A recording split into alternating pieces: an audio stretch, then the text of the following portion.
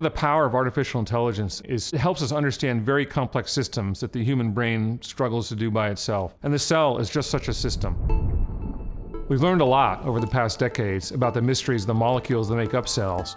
Entire genomes sequenced, protein structure solved. But we put aside for quite a while the role of physiology of cells, how cells work, and how they interact with each other, how they create organ systems. And now we have powerful tools to revisit those questions. We're making a new initiative to build one of the world's biggest GPU supercomputers for basic nonprofit research. And it's going to reveal a lot about how we develop as organisms, what goes wrong in diseases like cancer, neurodegeneration, diabetes. And we're making a really substantial effort to understand this in much more detail and discover, hopefully, new ways to treat disease. I'm Steve Quake. I'm a biophysicist and bioengineer. I'm the head of science at the Chan Zuckerberg Initiative and a professor at Stanford University.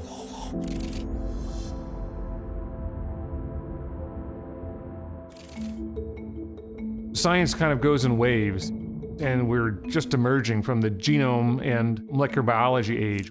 We made enormous progress characterizing what individual genes do and how they work together in genomes. But we have no way to predict from the genome what makes all the cell types of the human body and how the molecules that make them up achieve their functions. There's many interesting mysteries still to solve. One incredibly important one is the immune system, how we respond to a vaccine, what goes wrong in autoimmune disease and allergies, and how the immune system may detect incipient disease such as early cancers. But at the moment, we're benefiting from an enormous technical revolution in science. Novel imaging techniques, novel sequencing techniques, the advent of artificial intelligence, large language models. These AI models will provide very detailed insight into how to do cellular therapy, which is using engineered cells to cure disease.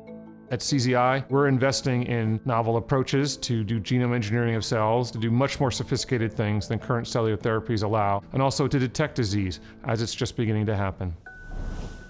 A large part of my research of the last decade has been the development of cell atlases. The cell atlas is a molecular characterization of all the cell types in the body and provides unprecedented detail in how one cell differs from another and how they're changing with age, development, health, and disease. We got into the making of the cell atlases by first focusing on individual tissues and trying to understand the cellular complexity of those tissues, particularly in cancer. And that led us to understand that it would be very useful to do this across the entire body. The tabula sapiens represented the culmination of our efforts making cell atlases.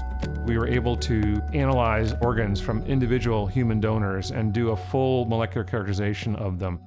An absolutely crucial tool in making all the cell atlases is the software Cell by Gene, which was developed at CZI. It provides a very easy interface to investigate and analyze complex data.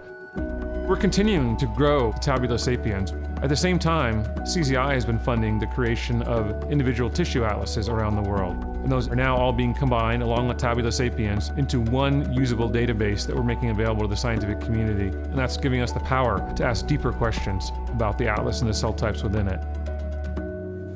We're very excited about the promise of large language models and other approaches to machine learning and artificial intelligence to help us understand the mysteries of the cell. And one thing those models need is very well curated data sets and large data sets to learn on, and that's what we've been able to assemble at CZI. We're making one of the world's biggest GPU supercomputers for basic nonprofit research.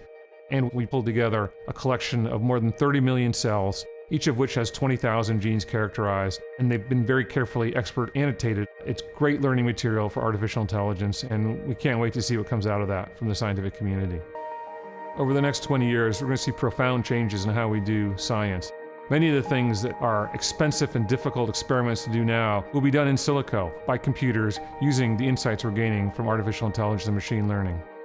These AI tools will predict what a single mutation does to cells across the body, what diseases you're potentially going to get, and what will happen as we start expressing different genes in an artificial way in cells to try to reprogram them for new functions.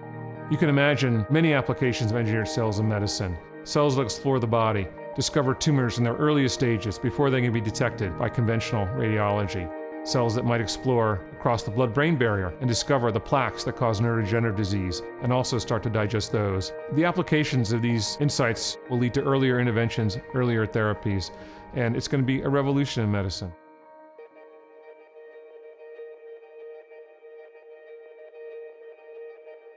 Learn more at czscience.com.